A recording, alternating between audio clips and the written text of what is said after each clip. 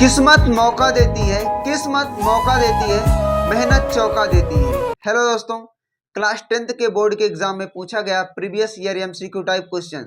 तो हमारा पहला क्वेश्चन दिया गया है वृत्त से। वृत्त से हमारे बोर्ड के एग्जाम में जितने भी टाइप से क्वेश्चन बनते हैं हम उन्हें आसानी से कर सकें, सबसे पहले हम वृत्त की बेसिक जानकारी को पढ़ लेते हैं। तो आइए देखते हैं।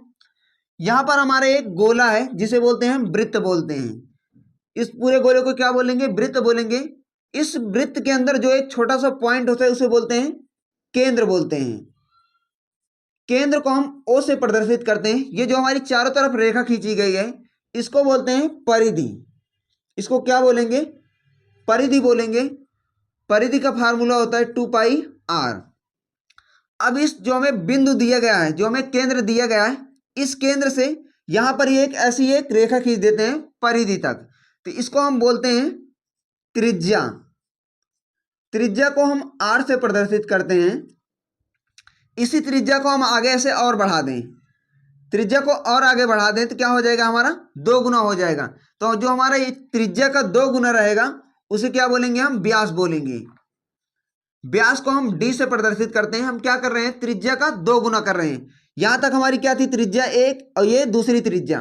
त्रिज्या को जब हम 2 गुना कर दे रहे हैं तो हमारा क्या निकल जा रहा है? व्यास निकल जा रहा है। तो हमारा एक फार्मूला बन जाता है, अगर हम त्रिज्या को 2 से मल्टीप्लाई करा दें तो क्या निकल जाएगा? हमारा व्यास निकल जाएगा। इस त्रिज्या के लिए अगर हमें व्यास दिया गया हो तो त्रिज्या भी हम आसानी से निकाल सकते हैं। तो हम ये जो व्यास दिया गया है, व्यास को अगर हम 2 से भाग करा दें तो हमारा क्या निकल जाएगा? त्रिज्या निकल जाएगा। हमारे 2 फार्मूले हो गए। और यहाँ पर हमें क्या दिया गया? ये परिधि दिया गया है। परिधि पर हम कोई 2 पॉइंट ले लेते हैं, 2 बिंदु को ले लेते हैं और इन दोनों बिंदुओं से एक रेखा खींचते हैं। तो जो हमारी ये रेखा बन के तैयार हुई इसे बोलते हैं जीवा कहते हैं। इसको क्या बोलेंगे? जीवा बोलेंगे। जब ये हमारी जीवा है, इसी जीवा पर हम केंद्र से जब एक रेखा खींचते हैं, जीवा पर जब हम केंद्र से एक रेखा खींचते हैं तो इस पर ये रेखा क्या होती है? लंबवत होती है। लंबवत कहने का मतलब ये हमारा 90 डिग्री का कोण बनाती है। लंबवत जो रहेगी वो 90 डिग्री का कोण बनाएगी। यहाँ केंद्र से जीवा पर जो रेखा खींची जा रही सीधी रेखा वो क्या होती है? हमारी लंबवत होती है। जब ये रेखा लंबवत होती है तो जीवा को ये बराबर 2 भागों में बांटती है। तो ये वाला भाग इन दोनों के भागों के बराबर होगा, ये वाला भाग इसके बराबर होगा। कहने का मतलब केंद्र से जीवा पर डाला गया लंब जीवा को बराबर 2 भागों में विभाजित करता है, बराबर 2 भागों में बांटता है। यहां पर ये 90 डिग्री का कोण बनाएगी। ऐसे हम दूसरा चित्र ले लेते हैं। दूसरा चित्र मान के चलते हैं, ये हमारा दूसरा चित्र है। यहां पर ये हमारा केंद्र हो गया। अब इसी परिधि पर हम एक कोई छोटा सा पॉइंट ले लेते हैं। यहाँ पर परिधि पर एक पॉइंट ले लीजिए, यहां से एक रेखा से गुजार दिए।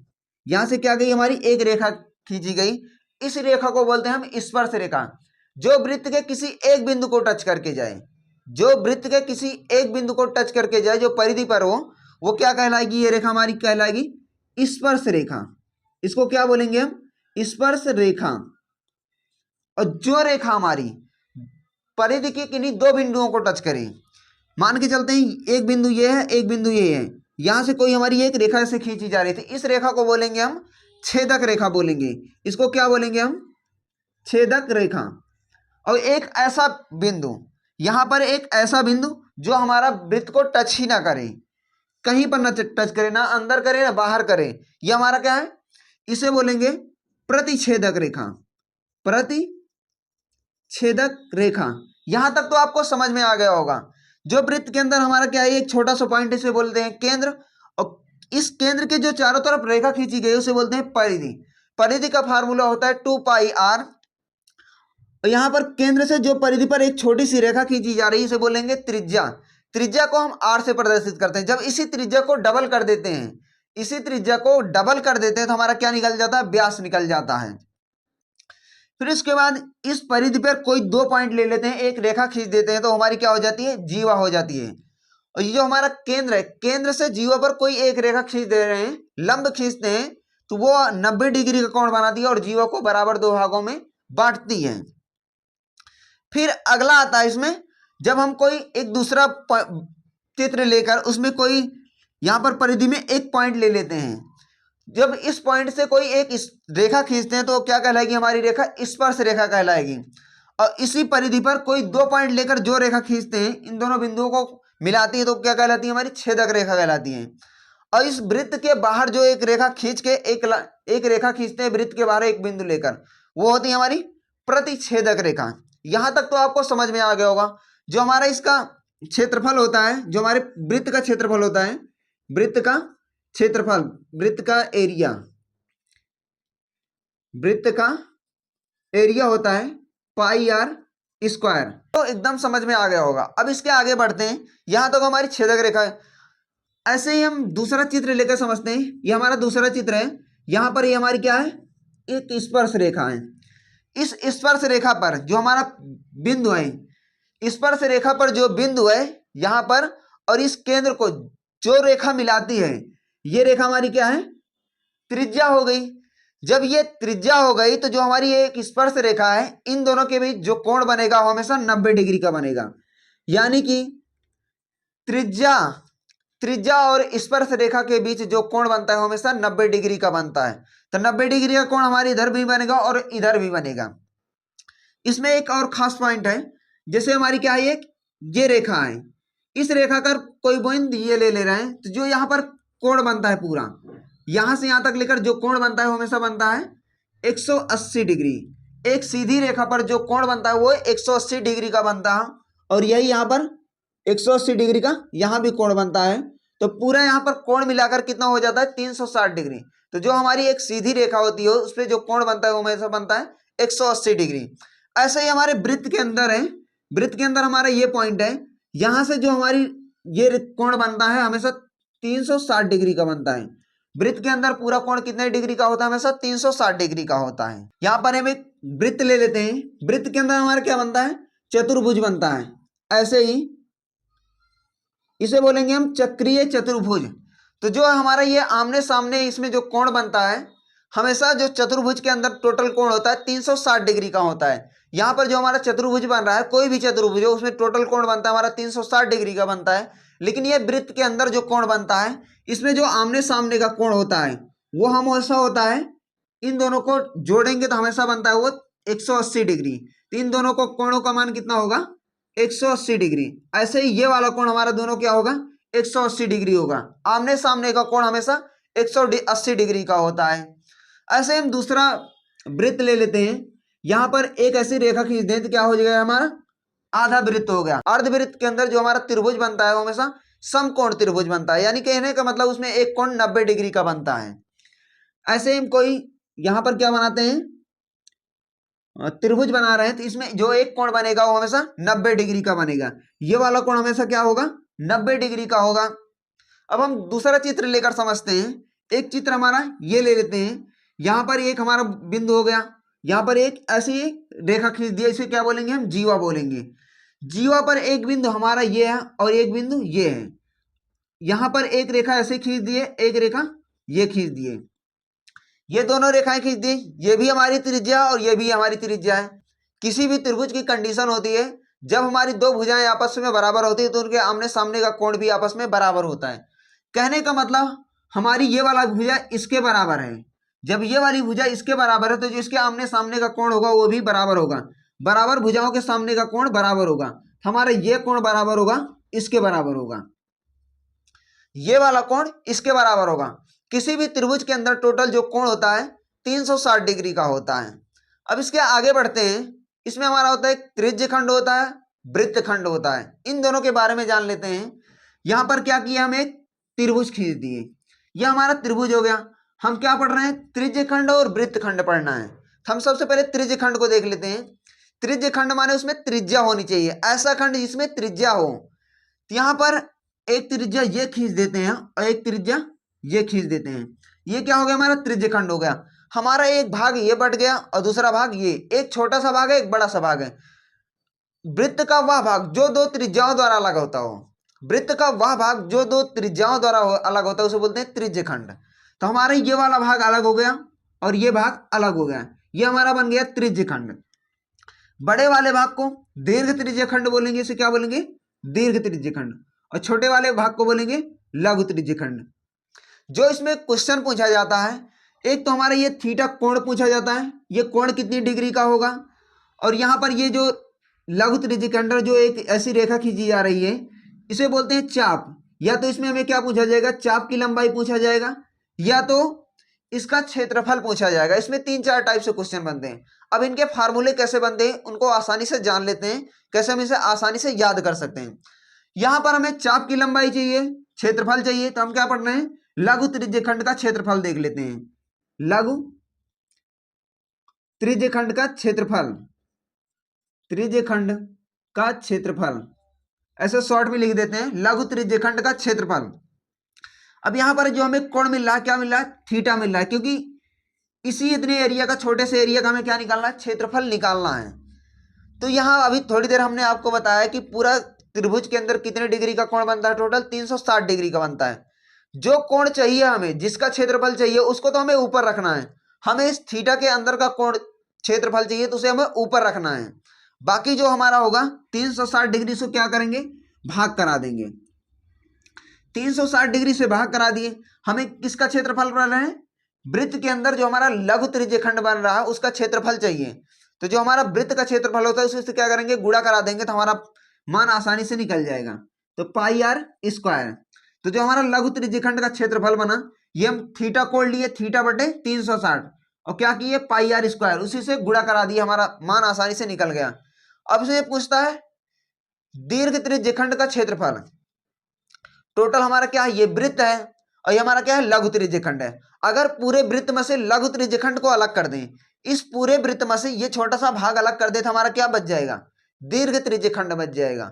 तो इसी का क्या हो जाएगा, हमारा क्षेत्रफल हो जाएगा। तो इसका क्षेत्रफल निकाल सकते हैं, दीर्घ त्रिज्यखंड का क्षेत्रफल बराबर होता है पाई आर स्क्वायर। हम पूरे में से लघु त्रिज्यखंड का क्षेत्रफल अलग कर दे रहे हैं, तो माइनस थीटा बटे 360 पाई आर स्क्वायर। अब इसने हमसे अगला क्वेश्चन पूछा है, चाप की लंबाई ज्ञात कीजिए। क्या कीजिए, चाप की लंबाई। तो चाप की लंबाई हम क्या है, ये पूरा हमारा क्या है, परिधि है। परिधि का एक छोटा सा हिस्सा चाहिए हमें, परिधि का एक छोटा सा चाहिए उस कोण के अंदर का। तो यहां पर हम चाप की लंबाई निकाल सकते हैं आसानी से। चाप बराबर होता है थीटा, वही काम करना है, थीटा बटे 360। हमें क्या चाहिए, चाप की लंबाई चाहिए। इस पूरा क्या है, हमारा परिधि है, इस परिधि से क्या करेंगे, मल्टीप्लाई करा देंगे। तो हमारा परिधि का फार्मूला होता है 2 पाई आर, बस इसे क्या करा देंगे, मल्टीप्लाई करा देंगे, 2 पाई आर। ये हमारा क्या निकल गया, थीटा बटे 360 2 पाई आर। हमारा एक वृत्त का ये चित्र है, यहां पर एक बिंदु है, क्या हमारा केंद्र है। यहां से एक रेखा ऐसे खींचे और एक रेखा ऐसे खींचे। यहां पर जो कोण हमारा बन रहा है इसको मान लेते हैं थीटा कोण बन रहा है। यहां से एक ऐसे ऊपर ऐसे ले गए और एक रेखा ऐसे खींच दिए, तो हमारा ये वाला मान पूछेगा, इसका मान क्या होगा।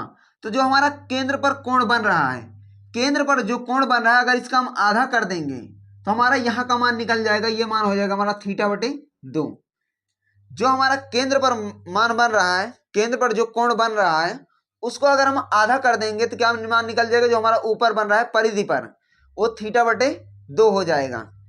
अब क्वेश्चन को देख लेते हैं। यहां पर हमें क्या दिया गया है, पी ए ओ, एक त्रिभुज दिया गया है।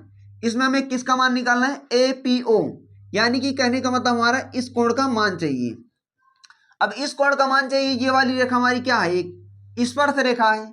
ये वाली स्पर्श रेखा है, अभी थोड़ी देर पहले हमने बताया कि स्पर्श रेखा पर हमेशा ये कितने डिग्री का कोण बनाएगा, 90 डिग्री का कोण बनाएगा।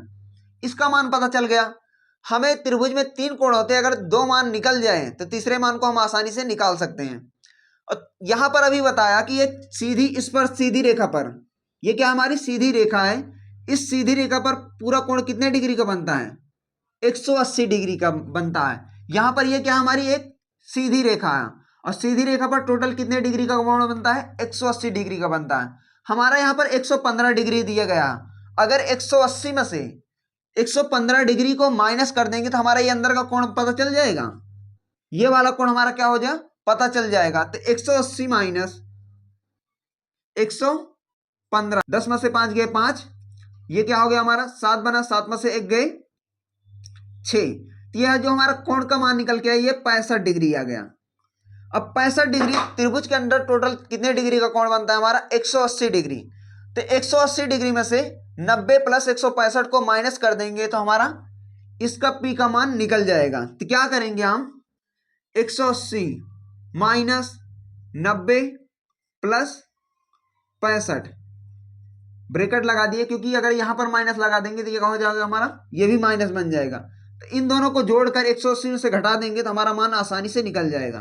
तो 180 इनको जोड़ेंगे, यहां पर 10 इसमें ऐड कर दिए, तो क्या हो गया, ये हमारा 100 बन गया, 100 बन गया, और ये 55 बन गया, तो ये हो गया हमारा 155। 155 अगर 180 में से माइनस करते हैं, ये इसको बनाया 10, 10 में से 5 गए, हमारा गया 5, ये क्या बना हमारा 7 बना, 7 में से 5 गए 2, जो हमारा कोण निकल गया है 25 degree. Option number A correct answer है। अगला क्वेश्चन है हमारा, यहां पर हमें एक वृत्त दिया गया है, इसमें कोण यम दिए गए 30 डिग्री और आर एल एम कोण का मान पूछ रहा है। आर एल एम यानी कि कोण हमारा ये जो दिए गए इसका मान पूछ रहा है, क्या मान होगा। अब इसको यहां पर देखते हैं, 30 डिग्री दिए गए, हम इसे कैसे निकाल सकते हैं। यहां पर हमारा एक केंद्र है, केंद्र से यहां से एक ऐसी एक रेखा खींच दें, ये क्या हमारी एक त्रिज्या है। अब हमारी त्रिज्याएं आपस में बराबर है तो कोण भी बराबर होगा। यहां पर अगर ये 30 डिग्री है तो ये कोण हमारा क्या हो जाएगा, ये भी हमारा 30 डिग्री का हो जाएगा। ये कोण हमें मिल गया 30 डिग्री, लेकिन हमें हमसे ये नहीं पूछ रहा है, कोण हमसे पूछ रहा है आर एल और यम, ये वाला कोण पूछ रहा है। अब यहां पर ये जो रेखा खींची गई है, ये क्या है, हमारी एक स्पर्श रेखा है। स्पर्श रेखा पर, और ये क्या है हमारा त्रिज्या है। स्पर्श रेखा और त्रिज्या के बीच जो कोण बनता है हमेशा 90 डिग्री का बनता है। तो यहां पर ये पूरा कोण मिलके हमारा कितने डिग्री का हो गया, ये 90 डिग्री का कोण बन रहा है। जब ये 90 डिग्री का कोण बन रहा है, उसमें से ये कोण 30 डिग्री है। अभी इसको हम अलग कर दें तो हमारा आर एल और यम का मान निकल जाएगा। तो 90 में से हम 30 अलग कर दें तो हमारा कितना मान आ जाएगा, 60 डिग्री आ जाएगा। Option number B correct answer है। अगले क्वेश्चन को देखते हैं।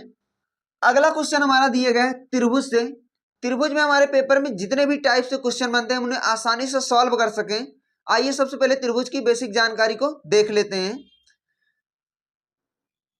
यहां पर ये हमारा त्रिभुज है। त्रिभुज में हमारी 3 भुजाएं होती हैं, भुजा ए बी, बी सी और सी ए। इसमें हमारे 3 कोण होते हैं, कोण ए, कोण बी और कोण सी।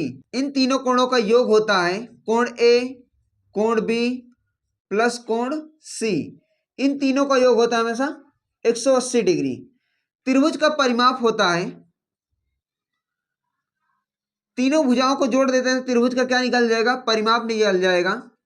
ए बी भुजा बी सी भुजा सी ए। त्रिभुज का क्षेत्रफल जो होता है, त्रिभुज का एरिया बराबर होता है 1/2 आधार गुणे ऊंचाई। त्रिभुज का हमारा क्या होगा, त्रिभुज के तीनों कोणों का योग 180 डिग्री। त्रिभुज का परिमाप, तीनों भुजाओं को जोड़ देंगे तो त्रिभुज का हमारा क्या निकल जाएगा, परिमाप निकल जाए। और त्रिभुज का क्षेत्रफल निकालेंगे तो 1/2 आधार गुणे ऊंचाई।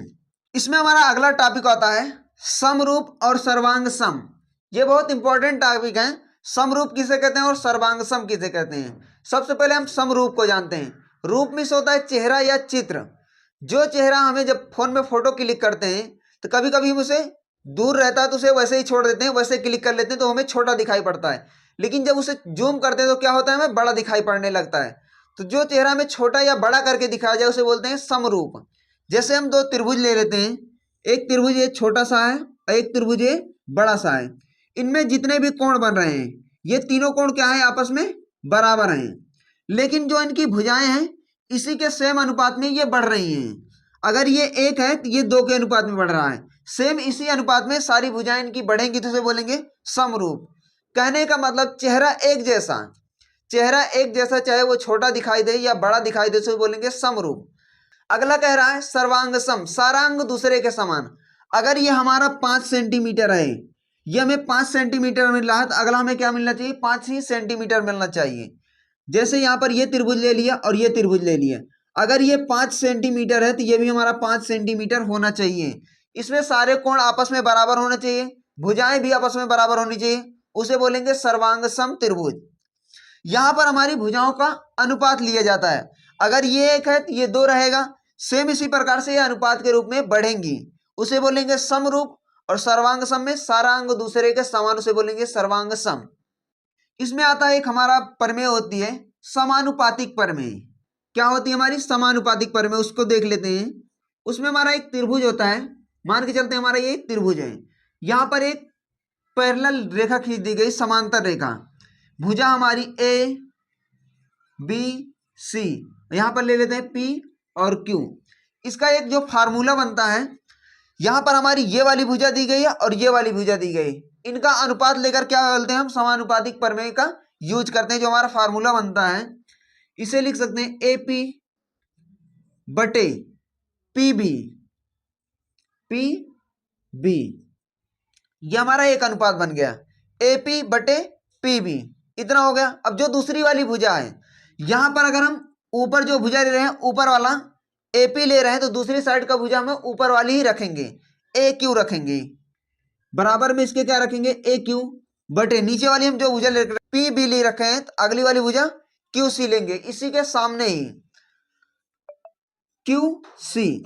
हम इसे चाहे इन दोनों भुजाओं को हम इसे किसी भी प्रकार से लिख सकते हैं, या इसे ऐसा भी लिखा जा सकता है ए पी बटे इस पूरी भुजा के रखेंगे, अगर नीचे एक बी रखेंगे तो अगले में हम जो रखेंगे, यहां पर जो भुजा रखे हैं वही इसके अगले वाले में रखेंगे, यहां पर रखें ए पी तो अगले वाले में रखेंगे ए क्यू, यहां पर क्या रखेंगे ए क्यू।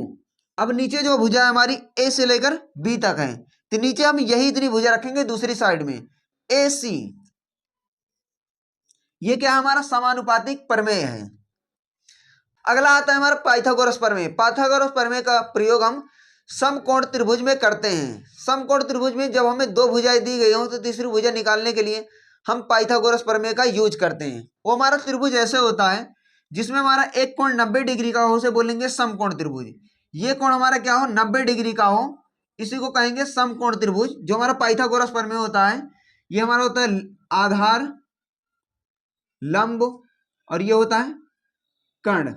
फार्मूला कहता है आधार का स्क्वायर प्लस लंब का स्क्वायर बराबर कर्ण का स्क्वायर।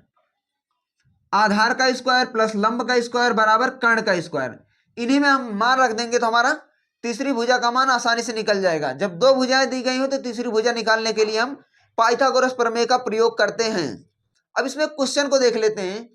यहां पर हमें एक क्वेश्चन दिया गया है, पी क्यू पैरेलल है, समांतर है भुजा बीसी के। अब इसमें दिया गया है एपी बराबर पीबी 4/13, एसी दिया गया है 20.4 सेंटीमीटर। हमें ए क्यू का मान ज्ञात करना है। किसका मान ज्ञात करना है, ए क्यू का मान ज्ञात करना है। जब हमें ए क्यू का इस पूरे का मान ज्ञात करना है, इसमें दिया क्या गया है, ये 4 दिया गया है, ये भुजा का मान कितना दिया गया, हमें 4 दिया गया, और इस भुजा का मान दिया गया है, पी क्यू का मान हमें दिया गया है 13, ठीक, इतना दे दिया गया। और इस पूरी भुजा का मान, एसी भुजा का मान दिया गया है 20.4,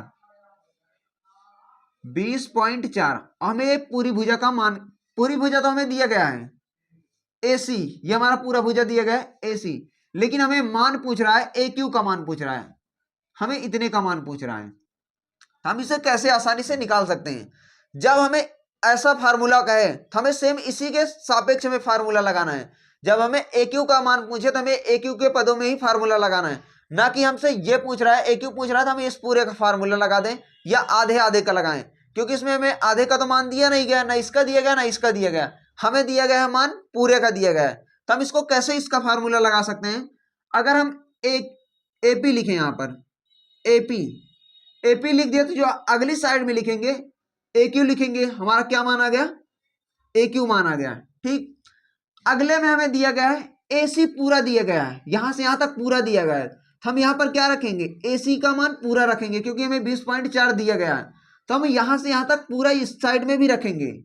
अब यहां से यहां तक पूरा रखेंगे ए बी, इतना रख दिए, बस इस पे मान रख देंगे तो हमारा आंसर आसानी से निकल जाएगा।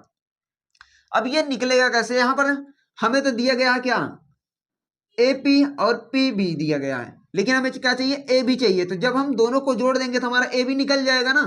तो यहां पर मान रखेंगे 4, ऊपर तो हमें दिया गया इस पूरे का मान क्या है 13 में 4 जोड़ेंगे, 13 4 17 बराबर हमें ए क्यू का मान निकालना है, तो ए क्यू को ऐसे यहीं पर रखेंगे, और ये पूरा मान दिया गया है, ए सी दिया गया है 20.4, इतना दिया गया। इसको सरल करेंगे, 17 एकम 17, कितना आ गया, यहाँ पर हमें 3 बचा, दशमलव लगाए, यहाँ पर बन गया ये 34, 17 दूना 34, 1.2 बन गया। अब यहाँ पर इसका तिरछा मल्टीप्लाई करा देंगे तो ए क्यू बराबर हो जाएगा 12 चौक 48, तो 4.8 सेंटीमीटर। तो हमारा ए क्यू का मान निकल गया 4.8 सेंटीमीटर। अगला क्वेश्चन दिया गया है, कोण बी बराबर है कोण ई के, कोण एफ बराबर है कोण ई सी के, भुजा जो दी गई ए बी बराबर है 3DE। ये हमारे त्रिभुज का डाटा दिया गया है। इसमें हमसे पूछ रहा है सर्वांगसम है, समरूप है या दोनों नहीं है, या सर्वांगसम खाली है या समरूप खाली है। अभी हमने आपको थोड़ी देर पहले बताया सर्वांगसम और समरूप की परिभाषा। समरूप वह त्रिभुज जिसमें तीनों कोण आपस में बराबर हों, लेकिन भुजाएं अनुपात के रूप में हो या बराबर हों, कोई भी हो सकता है, उसे बोलेंगे हम समरूप। और सर्वांगसम सारी चीजें दूसरे के समान। सर्वांगसम मीन्स उसके कोण भी बराबर होने चाहिए और भुजाएं भी बराबर होनी चाहिए। यहाँ तो हमें जो मिल रहा है डाटा, कोण तो बराबर मिल रहा है, लेकिन भुजाएं क्या है, ये अनुपात के रूप में है। ए बी है और ये 3D है, ये अनुपात के रूप में है। ये हमारा डाटा हो सकता है समरूप का। तो जिसमें हमारा खाली समरूप होगा वही ऑप्शन हमारा सही होगा। यहाँ पर कह रहा है सर्वांगसम, सर्वांगसम परंतु समरूप नहीं है, ये ऑप्शन गलत है। इसमें कह रहा है समरूप और सर्वांगसम दोनों है, ये ऑप्शन गलत है, क्योंकि हमारे कोण बराबर है लेकिन भुजाएं बराबर नहीं है। अगला कह रहा है ना सर्वांगसम है ना समरूप है, ये भी गलत है। समरूप कह रहा है लेकिन सर्वांगसम नहीं है, तो ऑप्शन नंबर डी हमारा करेक्ट आंसर है। इसको हम ऐसे देखकर ही बता सकते थे। अगला क्वेश्चन दे रहा है हमारा, त्रिभुज दिया गया है ABC, त्रिभुज दिया गया है PQR, इतना दिया गया है। इसमें हमें कोण ए का मान निकालना है। कोण हमारा ये यहाँ पर है, इसका मान बताना है। अब इस डाटा को देखकर ये पता करना पड़ेगा कौन सा त्रिभुज है हमारा। यहाँ पर दिया है 3:8, 3:8 दिया गया है, इसका डबल हमें यहाँ पर 7.6 दिया गया है। यहाँ 3√3 दिया गया है, इसका डबल दिया गया है 6√3 दिया गया है। अगला यहाँ पर 6 दिया गया है और इसका डबल 6 दूना 12। तो ये जो त्रिभुज हमें मिल रहा है, ये मिल रहा है ये समरूप त्रिभुज। समरूप त्रिभुज मिल रहा है, इसके सारे कोण क्या होंगे, दूसरे कोण के बराबर होंगे। यहाँ पर हमें ये दोनों कोण देगा, इसको ऐसे हम तिरछा से थोड़ा पलट दें। अगर इसे पलट दें तो हमारा कुछ त्रिभुज ये ऐसे बन जाएगा, ऐसे बन जाएगा हमारे। यहाँ पर ये दोनों कोण, इसके ये दोनों कोण का मान हमें दिया गया है, यहाँ से निकाल सकते हैं। तो हमें तीसरे कोण का मान निकालने के लिए त्रिभुज में तीनों कोणों का योग कितना होता है, 180 डिग्री। 180 डिग्री होता है। अगर दो कोणों को हम जोड़कर 180 में से घटा दें, तीसरा कोण निकल जाएगा। यहाँ पर 80 दिया गया और 60 दिया गया, 80 और 60 को जोड़ते हैं तो ये 80 में 20 चला गया, हमारा 100 बन गया, और 20 40 हो गया हमारा 140। ये हो गया हमारा 140। 180 में से 140 घटाएंगे तो आ जाएगा हमारा 40 डिग्री। तो यहाँ पर इस कोण का कितना मान निकल गया है, 40 डिग्री। तो यहाँ पर जो हमारा एक कोण मान पूछ रहा है, इसका मान क्या हो जाएगा, 40 डिग्री। क्योंकि क्या कह रहा है, ये सर्वांगसम समरूप कह रहा है, सर्वांगसम नहीं समरूप कह रहा है। जब समरूप कह रहा है तो इसमें ये वाला कोण इसके बराबर हो जाएगा। तो ऑप्शन नंबर डी हमारा करेक्ट आंसर है।